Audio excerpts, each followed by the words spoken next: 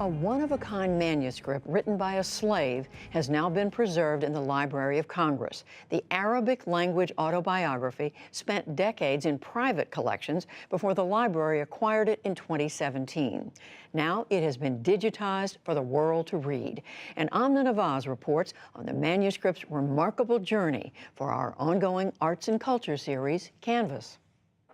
Born and raised in West Africa, Omar ibn Said was 37 years old when he was kidnapped and taken to America as a slave in the 1800s.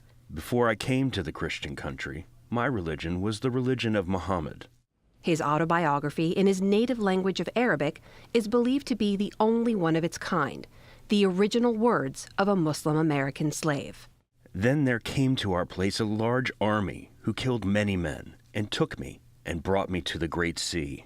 His literacy and culture completely goes against, abolishes, one might say, annihilates the narrative that slaves were not capable of culture.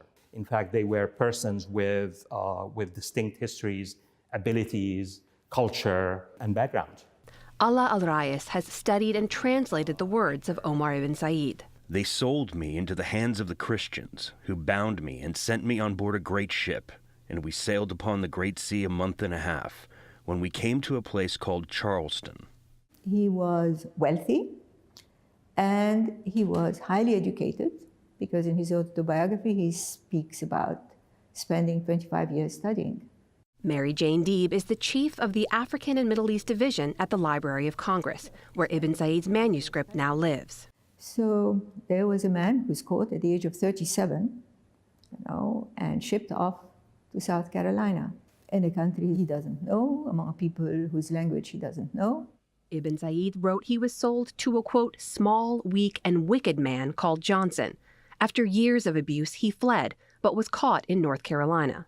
He is then captured and brought to a jail cell, and he begins to write on the walls of his jail cell in Arabic. So that attracted attention of pretty important people, because the man who ends up buying him and releasing him from jail was the brother of the governor of North Carolina. Over time, Ibn Said converted to Christianity. In his 60s, he wrote his own story, but only in Arabic.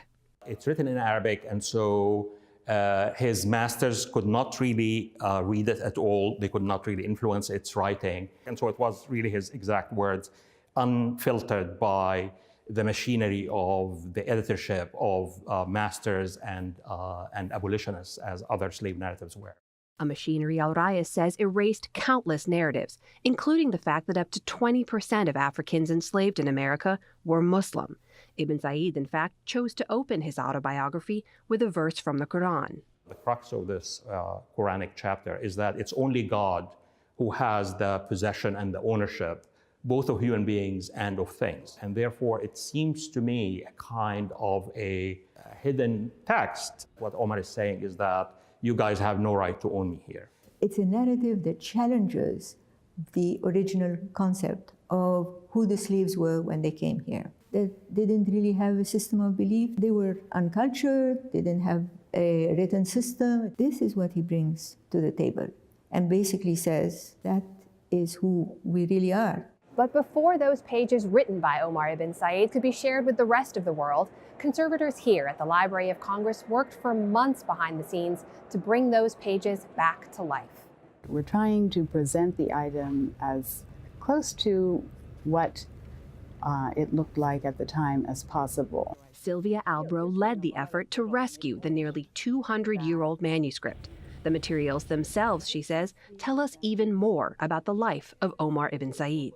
It's actually surprising that the quality of paper for his manuscript is really pretty good. The fact that he had at his disposal good quality materials is an indication of the respect that he had as a figure, even as a slave. That respect brought Ibn Said to the attention of prominent abolitionists, missionaries, and linguists at the time, who translated his story and used it in their fight against slavery. The entire manuscript is now available online for a new generation to read Ibn Said's words for themselves. For the PBS NewsHour, I'm Amna Nawaz in Washington, D.C. And what a gift it is to all of us.